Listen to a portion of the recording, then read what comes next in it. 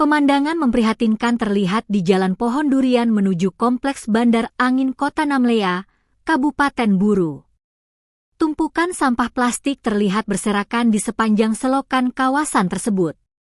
Berdasarkan pantauan tribunambon.com sekira pukul 13 WIB Sabtu, 1 November 2025, sebagian besar sampah yang mengotori selokan itu berupa botol bekas minuman dan berbagai jenis plastik sekali pakai.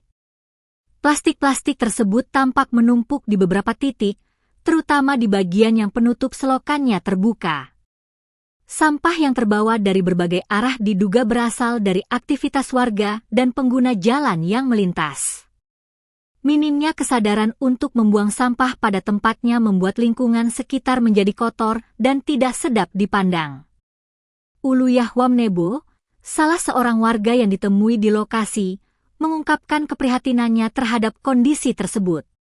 Menurut Uluyah, kebiasaan sebagian warga yang membuang sampah sembarangan seringkali dilakukan tanpa berpikir panjang.